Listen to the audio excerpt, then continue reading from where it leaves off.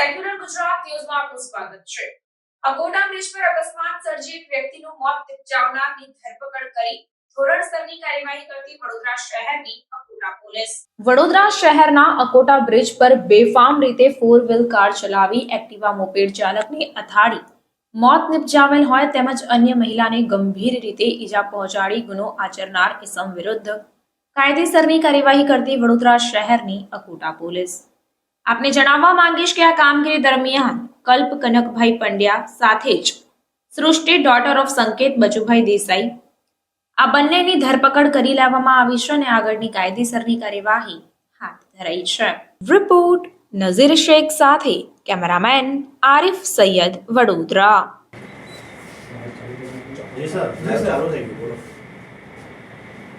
ગત રાત્રિના 12:30 થી 1:45 વચ્ચે અકોટા પોલીસ સ્ટેશન વિસ્તારમાં આવેલ અકોટા બ્રિજ ઉપર એક કલ્પ કનકભાઈ પંડ્યા નામના ઈસમે એના કબજાની 4 વ્હીલ ગાડી બલેનો નંબર GJ06KH 762ની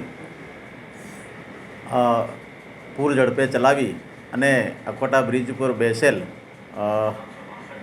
આકાશ રાકેશભાઈ ચોમલ તથા આસ્થા નયનભાઈ પરીખ અને પ્રીતિ રાજેન્દ્રભાઈ શર્મા જેઓ ત્યાં અકોટા બ્રિજ ઉપર બેસેલ હતા તેમને સાથે અકસ્માત કરી ગંભીર ઈજા પહોંચાડતા આકાશ રાકેશભાઈ ચોમલનાઓનું મોત નિપજાયેલ, જે બાબતે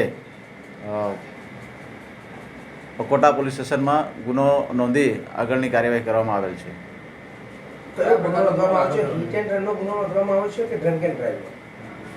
આ બાબતે IPC 304 મુજબ ગુનો નોંધવામાં આવેલ છે તથા તેની કારમાંથી એક નશાકારક પ્રવાહી ભરેલ પ્લાસ્ટિકની બોટલ મળી આવેલ, જે અંગે પણ અલગથી ગુનો રજીસ્ટર કરવામાં આવેલ છે। ગાડીમાં બીજી બધા પદાર્થ હતા કે કાચની નાની નાની બોટલો હતી, શું હતું?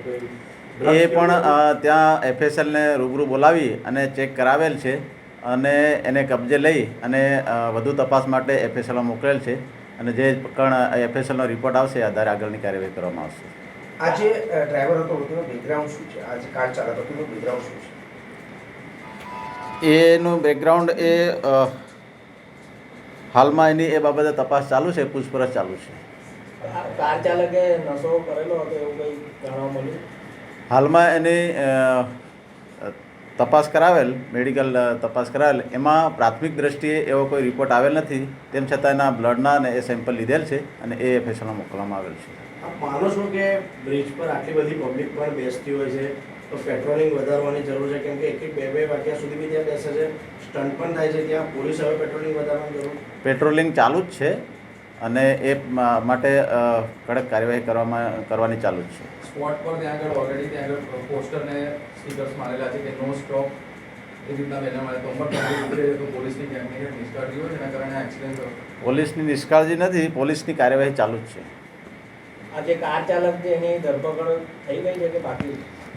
એ કાર ચાલક છે એને પણ આ કાર પલટી ખાઈ જતાં એને પણ ઈજા થયેલ છે, એ બાબતે એની હાલમાં સારવાર ચાલુ છે। અન્ય કોઈ હતા કારમાં? હા, એક સૃષ્ટિ સંકેત બચુભાઈ દેસાઈ કરીને એક લેડીઝ હતા એની સાથે, એમને પણ આ જે નશાકારક પ્રવાહી મળી આવેલ એ બાબતે એમની વિરુદ્ધ પણ ગુનો દાખલ કરવામાં આવ્યો છે। એ જે મહિલા હતા તે કોઈ સંબંધીમાં હતા? એ જે આ આરોપીના કહેવા મુજબ એના ફિયાન્સ હતા એવું કે જાણવા મળે છે। એમને ઈજાઓ પહોંચી છે? ના, એ લેડી છે, એમને ઈજા નથી પહોંચી। ભૂતકાળમાં ગુનાહિત ઇતિહાસ ધરાવે છે કાર ચાલક? એવી કોઈ માહિતી આજ દિન સુધીની તપાસમાં, અત્યાર સુધીની તપાસમાં જાણવા મળેલ નથી। હવે આગળની પ્રક્રિયા કેવી રીતે જોવા મળશે? કારણ કે આ પ્રકારની ઘટના જ્યારે સામે આવી છે તો હવે આગળની પ્રક્રિયા પોલીસ કેવી રીતના કરશે આરોપી? એની વ્યવસ્થિત પૂછપરછ કરવામાં આવશે અને આગળ જે એને ગુનાના કામે ધરપકડ કરી અને નામદાર કોર્ટમાં રજૂ કરવામાં આવશે। એ સાહેબ ક્યાંથી ક્યાં જતા હતા? એ જે આરોપીની પૂછપરછ દરમિયાન માંજલપુરથી જમીને નીકળ્યા હતા અને ઘરે જવા નીકળ્યા હતા એવું કેવું છે। ઓવર સ્પીડનો મામલો હોઈ શકે છે આમાં?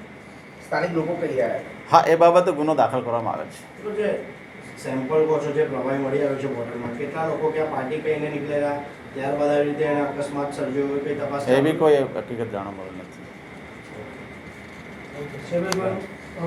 સમાચારોની અવનવી અપડેટ્સ માટે જોતા રહો સેક્યુલર ગુજરાત ન્યૂઝ. સાથે સેક્યુલર ગુજરાત ન્યૂઝ ચેનલને લાઇક, શેર અને સબસ્ક્રાઇબ કરો અને બેલ આઇકોન દબાવીને સમાચારોની ઝડપી માહિતી મેળવો.